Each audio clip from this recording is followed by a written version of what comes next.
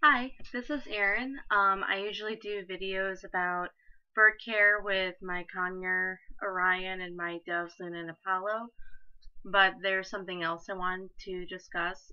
It's a little different from what I usually do, so I hope you bear with me.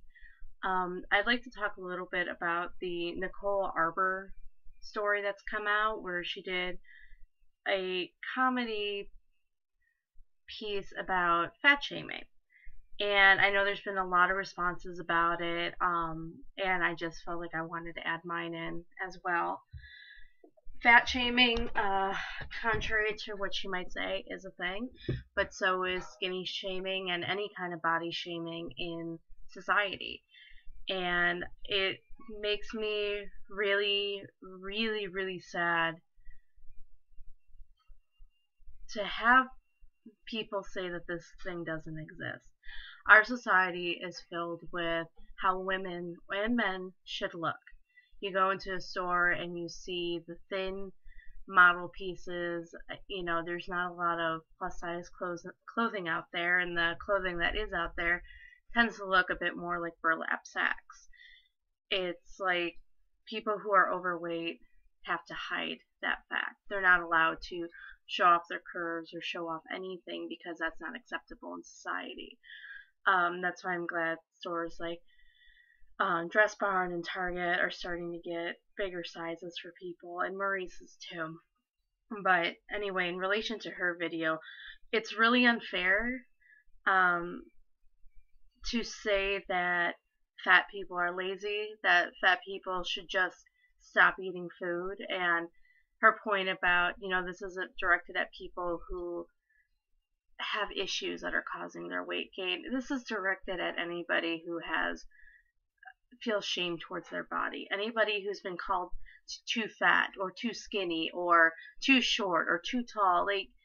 I mean, this stuff is sensitive. This is really sensitive, and to have a comedy routine about this, it's not fair. You're just promoting fat shaming and body shaming in general.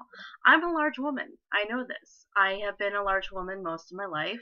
There was a period where I did lose a ton of weight, but I did it in an unhealthy way. I stopped eating a lot of stuff, and I wasn't eating enough calories, so my body backlashed at me. And I've gained the weight back, and I'm trying to find a way to lose it again. So to say that you see a fat person, they're just lazy, fat, ugly people, that's not fair. That's not fair. And it's not fair to say that, they have health conditions or they have this or that. I'm a very large woman. I'm a very large woman, and yet my medical tests have come back very much clean. I know friends who are thinner and they have problems with with diabetes and other things like that. I work out 5 times a week, and there was a time where I had lost, 100 pounds, but because I was still fat or obese, people would make fun of me or would have the potential to make fun of me. And it's not fair to have a comedian come up and just rip into anybody like this. Everybody has body shame issues. I mean, do you think I look in the mirror and go, "Oh yeah, I'm a perfect size and everything"? Do you think I'm dumb?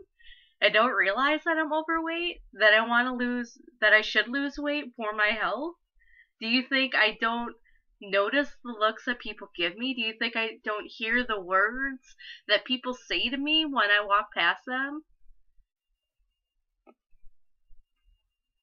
I've been ridiculed a lot because of my appearance, because of being overweight, because of being short, because of, just, I'm just not, people don't see me as pretty, you know? But skinny people have that same problem too. They're viewed as too thin, or they may be accused of being anorexic when they're not, and they're just trying really hard to keep weight on. It's not fair to body shame people in any degree. You know, it's gotten so much worse over the years. Like, I got teased for my weight when I was a kid. I got teased for a lot of things when I was a kid because of my hair, because of my glasses, because of, just whatever. I've dealt with a lot of that. And to have an adult, a smart woman, come out and say that fat shaming doesn't exist or that fat people just need to lose weight, you need to have a better attitude. Even if it is a comedic piece, society is so hung up on appearance that you don't need to add those negative comments. It's hard to talk about it. You know, I look in the mirror every day and I see a fat woman. I don't love myself like I should. I don't like my appearance. And I am working on that. I have been working on that for years and years and years and years. And it's because of the fat shaming and because of how society views people of different sizes that it's hard for me to love myself. You know, I hope to God Nicole loves herself. I hope everybody finds a way to love themselves, because it's not a happy feeling to have when you don't like the skin that you're in, that you don't like the person who's looking back at you through the mirror. It's not fair for you to cut down people because of their appearance.